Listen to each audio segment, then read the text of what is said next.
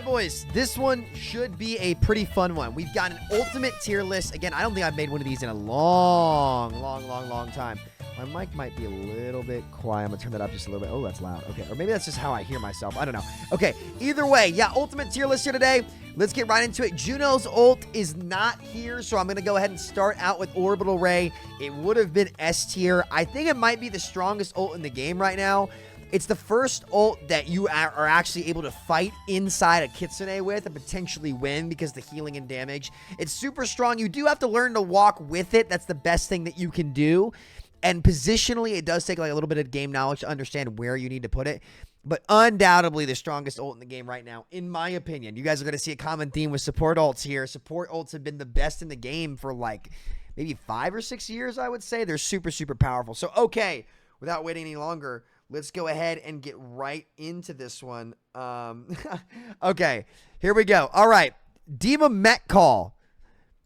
I mean, I'm gonna put that in B tier. Like, you can squish somebody, but like, again, your goal is just to get back in mech, not get the squish. So it's just we're gonna throw that one in B tier. Doombus Meteor Strike. Okay, so there was a while where it was net worse, very briefly, after they gave it the ability to heal. Because that was Amalgam meta, and they buffed the ult build rate on it, and it actually was better to get Doom ult first in that Amalgam meta specifically, and then they nerfed global ult charge, and they had to go back and fix it, which they did end up doing. Meteor Strike, mid strike. Call it mid strike. It's mid at best, right? It's just an escape tool. That's all it's really used for. It's not going to kill anything. If you die to a Doom ult, you misplayed. It's not. It was way better in Overwatch 1. I think it got nerfed at one point, though, too. So, yeah, it's just a utility escape tool, and it gives him Power Punch now, I guess, too. So, just mid at best. Moira Coalescence. I'm going to say the same thing, though. I would say if it's anywhere that's not B tier, it would be A tier. It builds super, super fast if you're actually using heal orbs, Moira players. Unfortunately, most of them don't. So, you know, yeah, Cole got a great build rate, good stats, can chase down kills on squishies. You can now fade during it. A lot of power creep, right? Coalescence is definitely middle of the pack. It's not bad, but it's not one of the top tier ults either, but it certainly can get a ton of value when used properly. So, Coalescence, I'm going to say B tier. All right. Transcendence. I think Trank was better in 6v6, mostly because you had 2 tanks that you had to keep up. Like, oftentimes, like, you're only tranking one person right now who is way harder to kill, especially like a tank. It's not a bad ult. Yeah, I'll probably say B tier here. It's not exceptional, not bad. It's good. It's solid. You're gonna heal a lot of people. And yeah, that's there's not much else to say on that one. Ooh, Tree of Life. Okay.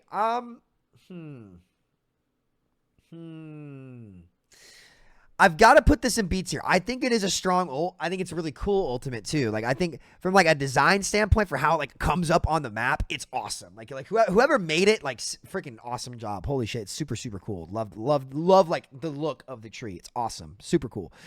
But because you can break it, like, it's just not great. If it lingers, it can be really good. It can be really, really good with the overhealth. Like, seriously powerful to play around and to use as cover as well. But because you can break it and there's a lot of counterplay to it, especially if you're on the right matchup, like a Sim or a Bastion or something like that, I got to put it in B tier. I can't put it higher than B tier, but it is solid. Nano Boost. I mean, this is not going to surprise anybody. S tier. Instant full heal, increased damage amp plus damage reduction. Are you kidding me? Super, super powerful. Big breakpoint changer. Insanely strong ultimate. One of the strongest in the game. So, yeah, because of those breakpoint changes, you know, it's just super, super strong, both on the offensive and defensive side. All right, Baptiste Window, Amp Matrix. I'm going to say it's A tier. Traditionally, I would say it's S tier, but the newer ults they put in the game kind of counter it. Both Kitsune running it over as well as Orbital Ray letting you kind of walk through it, I guess, and you know, steamroll it over with big power. It's still Window's still a solid ult. You know, I almost want to put it in B tier because it seems like every hero has been given a get out of jail free card that they didn't used to have. So Window has definitely gone down over the years. Not because it's bad, but there's just stronger, which is crazy to say. There's stronger, more flexible alternatives in the support role. So yeah, but it's a solid ultimate. Sound Barrier.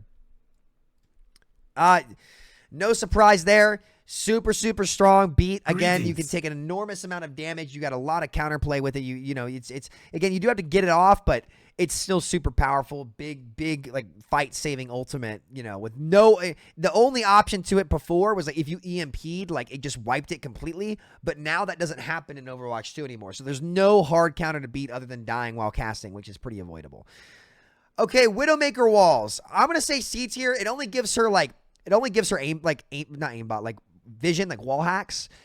And her kit on its own is already super impressive. But when it comes to like comparing it to the other ults in the game, it's just like it doesn't. You still have to do everything, right? Even though Widowmaker definitely is a character to get one kill, it doesn't take a whole lot of effort if you're sitting at a range where you can't get contested. But like compared to the other ults, it's just underwhelming. Just to be blunt, like her ult is just not that good. Valkyrie, I'm gonna say is C tier as well. It's not bad. Maybe it's B tier. I'm going to say B tier, actually. Mercy can live. It's low B tier, though. You know, she's got some flexibility with it, but, like, it's definitely not exceptional. It's definitely not exceptional. So I would say middle of the pack. I don't feel like I really need to explain that one. It's just, you know, it's not that great. Captive Sun.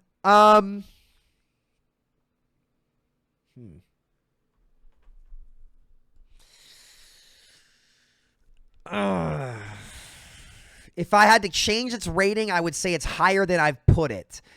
But at least right now in the game, there's a lot of cleanses. It's definitely strong, but because it does require some setup, I can't rank it higher than B tier. Most players aren't great with it. Good players are great with it. It is really good when used properly. It's very good. But there are a lot of matchups, things like Suzu that are in the game and Mortality Field that are in the game. Because there are answers to it, I'm not going to rate it higher. But I am hesitant to have it in B tier when I'm thinking it should be in A. So take that one with a grain of salt. I'm not 100% on that one. If anything, I have underrated this ultimate. I want to make that clear. Brig Rally. But Samito, the Brig buffs aren't that good. Stop being such a doomer.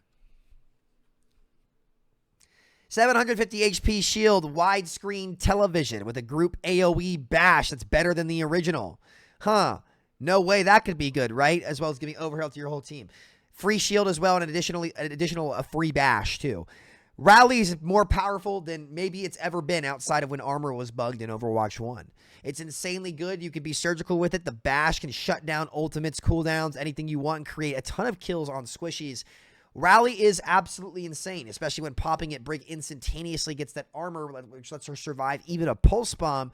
It's really good, man. It's really, really good. I stand on this one. I find it hilarious when people try to doubt our judgment when we come out and we say, hey, this is going to be super strong. This is going to be super bad. And yet, so many of these takes that we get grilled for on Reddit and grilled in the comment section where you guys are too, aged like a fine wine. A Brig Rally being strong is definitely one of them.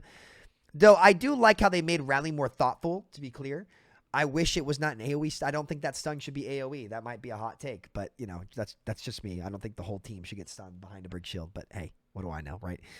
Kitsune, while it's not Orbital Ray, it's still one of the best ults in the game. I think it's the second best ult in the game, to be clear. Super powerful, super versatile, covers a ton of area on the map, as well as the fact that it has a very long duration. You can't fight in this thing as an enemy. You got to kite it. You got to kite out of it. Fighting this is suicide, so you got to stay away from that stuff. Okay. Tactical Visor. I mean, dude, horrible. Horrible. You can't get the super tanks with it. Every character has hypermobility that's usually strong, so they can just run away from you. Requires a ton of setup and is super easy to out-heal and shut down, especially given the Season 9 health pool changes. Visor's just bad. It's just bad. Okay. Riptire. At least A tier. Again, it's just an instant kill. Like if you set it up, it guarantees you the kill, man. That's super, super good. It is like, it's not super easy to use, but, you know, I think Tire being what it is a thing that makes Junkrat be viable.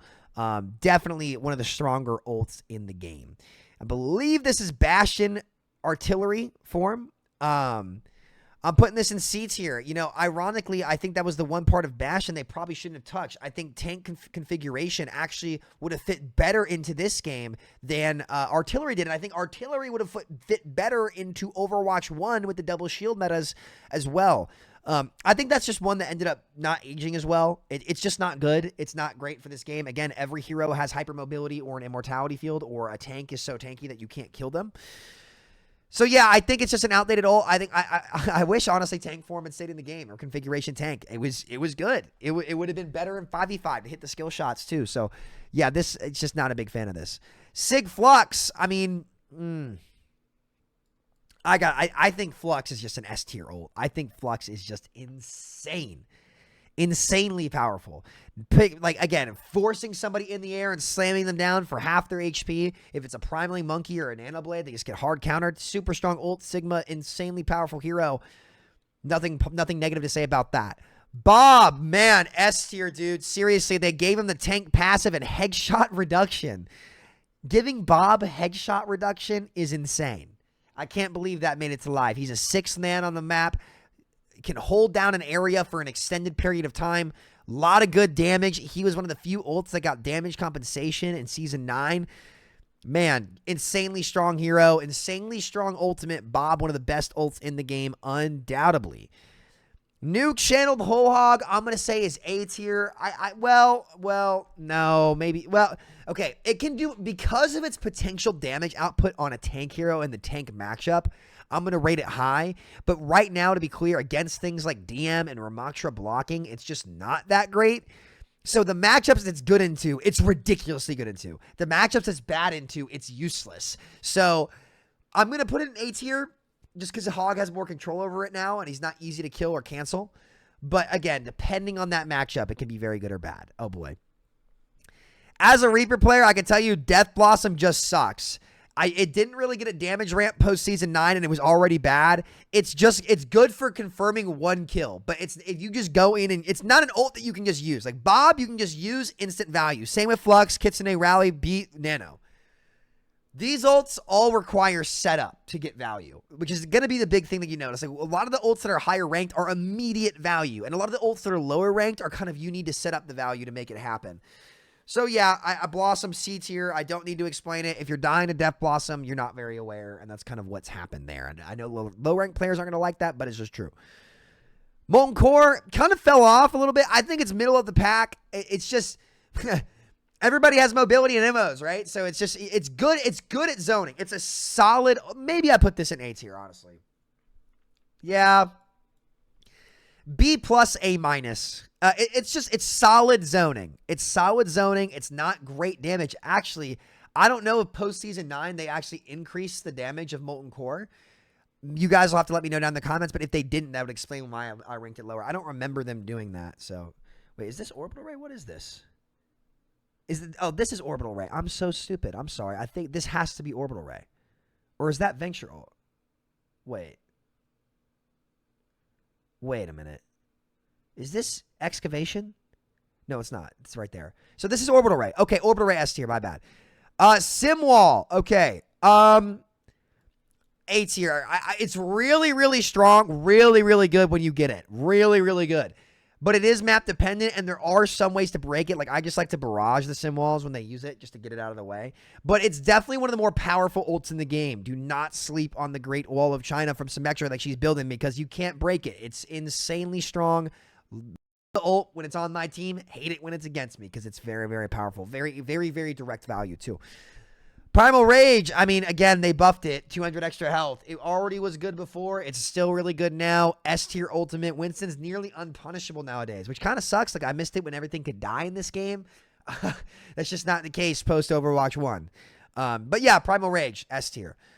Overclock, a fall off that should be studied. Nerfing the rail damage really hurt this ultimate. It's okay, but with D.Va and some of these other tanks being as good as they are, it can be shut down in LOS very easily. It requires some setup and good aim to get value. So I'm going to put it in B tier, middle of the pack. Deadeye, with the speed boost, can chase down targets. I think Deadeye is A tier, but it's A minus, to be clear. It might end up being B tier in reality. Again, one-shot KO. Definitely requires some setup, but it is a big threat. And if you set it up properly, which is not that hard to do, it can get a ton of value. So I'm going to put Deadeye in A tier.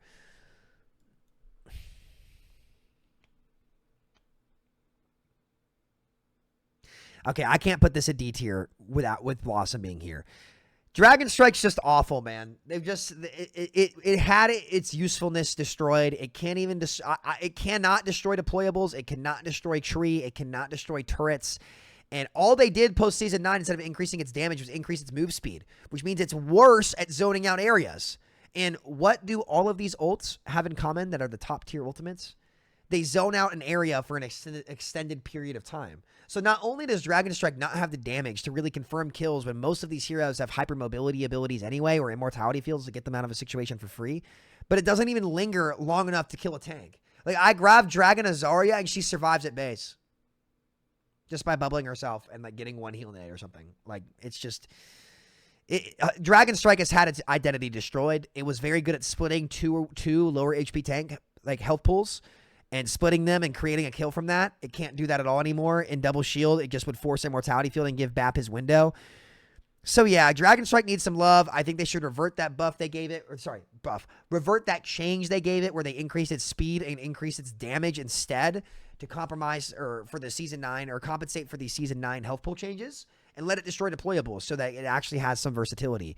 But otherwise, it's just a really shitty ult. And it really sucks to see my favorite character that got me into this game be in the state that it's in. So bad. Dragon Blade is just the worst ult in the game. It's really, really sad what they did to Genji. Like, it's just so sad. Not understanding that they need to buff the damage on the wet noodle that does less damage than a Kiriko headshot, or at least it did before they changed Kiriko, is insane. The swing speed changes did not help them at all because every support hero just insta-heals or gets out for free or whatever. The breakpoints post season 9 have left Blade farther in the dust than it was before. It's literally, if you pop Blade and they use a support ult, you are better off sitting still inside of your team and doing nothing for the 6 seconds that the Blade is up than trying to fight into any of these support ults. Yeah, don't even try to Dragon Blade. It's fucking terrible. It's like a fall off that should be studied because Genji was like the hero, in my opinion, that put Overwatch on the map. And he has just been, there has been no one done dirtier than the Genji players in Overwatch's history. It's insane how some of these heroes, like Brig gets to stay good past 25 nerfs, but Genji's good for 2 weeks and he gets fucking sledgehammered. I've never seen anything like it. So sorry, Genji players. Tough shit. Graviton Surge. I'm going to say he's A tier. I don't want to quite put it in S tier because, again, there's so many immortalities and life grips and petals and, you know, denial abilities that let people survive the grav, but it has been buffed and it is definitely an A tier ultimate. It is super, super strong. So Graviton Surge, definitely one of the better ults in the game. EMP, also an S tier ultimate. Again, ability lockout plus damage plus hack everybody. Are you kidding me? Super, super strong. One of the best DPS ults in the game. I feel like I don't need to talk about that because it's pretty straightforward how powerful EMP is. Now, I know low rank players struggle with it, but man, I mean, it's definitely that good. Barrage, I'm gonna say it's A tier because a lot of times it trades out, and getting those trades, like it has insane damage output, right? So the fact that you can output that much damage is really, really good. But it does require some setup. It might be a B tier ultimate, to be honest, but because of its team, because it has the potential to instantly wipe multiple targets, that's why it's going to be A tier. What is this? Oh, Rampage. Okay. Queenal, I would say is A tier, mostly because it got buffed to a lot of impact damage and her heal got buffed a lot as well. Because her passive got better, it made the ult better as well. The cleanses are in the game, but again, they're not necessarily being run right now because of Juno Ana. So I think Queenal, because of the wound damage and like the impact damage that it does, is definitely pretty damn good. So I'm going to say Queenal is A tier. Mauga Cage, also going to put it in A tier. It's not quite S tier, but it's pretty damn close. Caging everybody in, giving yourself a reload, giving yourself a barrier as well. Pretty damn good. Really cool concept. I think they should be happy with the design of Cage Fight. I know people don't like Mauga. I think Cage Fight's just a really cool ultimate in general. So yeah, Cage Fight, cool concept. Looks cool. I think they should be pretty happy with it. So yeah, good job with that. Cage Fight. Copy, just B tier. It's just mid. It's just not that good. Well,